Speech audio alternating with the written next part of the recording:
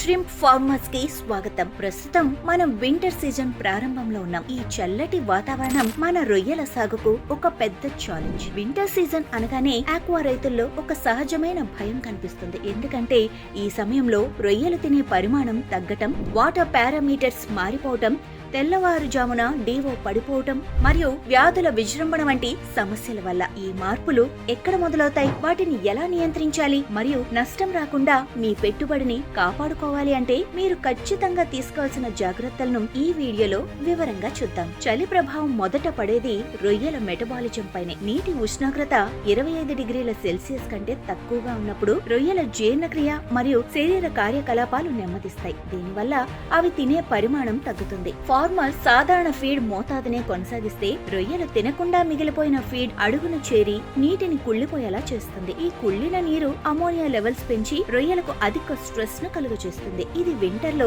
ఎక్కువ మంది రైతులు ఎదుర్కొనే మొదటి మరియు ప్రధానమైన ప్రమాదం. రెండవ కీలకమైన సమస్య రాత్రి డిఓ లెవెల్స్ డ్రాప్. చలికాలంలో రాత్రి సమయంలో ఫైటోప్లాంక్టన్ ఆక్సిజన్ ఉత్పత్తి చేయు. అలాగే చల్లటి నీరు ఆక్సిజన్ ను పట్టుకునే సామర్థ్యం, హోల్డింగ్ కెపాసిటీ కూడా తగ్గిపోతుంది.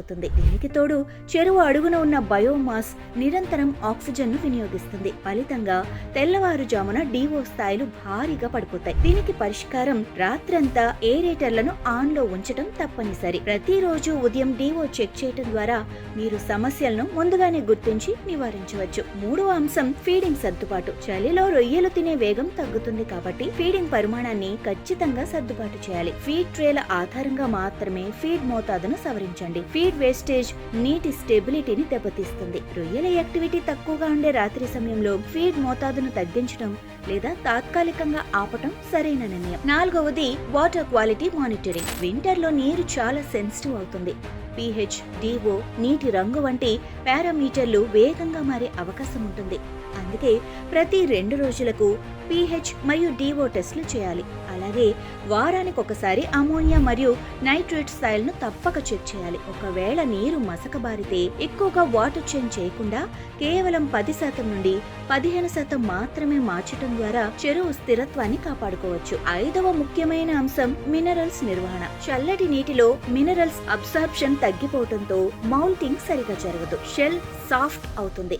అందుకే మెగ్నీషియం మరియు కాల్షియం ఉన్న మినరల్స్ ను తక్కువ మోతాదుల్లో కానీ రెగ్యులర్ గా కానీ వాడాలి.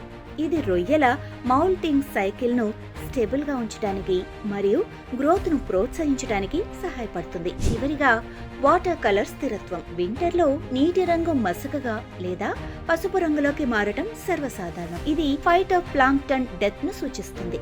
దీనివల్ల pH ఒకేసారి పడిపోవచ్చు. అందుకే చెరువు రంగును లైట్ గ్రీన్ లేదా టీ బ్రౌన్ రేంజ్ లో ఉంచడం మంచిది. దీనికి ప్రోబయోటిక్స్ వాడకం మరియు తగినంత ఏరేషన్ సహాయపడతాయి. మొత్తం మీద వింటర్ సీజన్ లో రొయ్యలు రెగ్యులర్ గా తినకపోవటం, డిఓ తగ్గిపోవటం, మౌల్టింగ్ సమస్యలు రావటం ఇవన్నీ ఊహించదగిన సమస్యలే. అయితే ఫీడ్ ను ఆకలికి తగ్గట్టు సవరించటం, రాత్రి ఏరేషన్ బలంగా ఉంచటం, మినరల్స్ ను స్థిరంగా వాడటం, వాటర్ టెస్ట్లను రెగ్యులర్ గా చేయటం వంటి సాంకేతిక చర్యలు ప్రతి ఫామ్ ను వింటర్ సమస్యల నుంచి కాపాడుతాయి. మరిన్ని ఇలాంటి టిప్స్ కోసం సబ్స్క్రైబ్ టు అవర్ ఛానల్.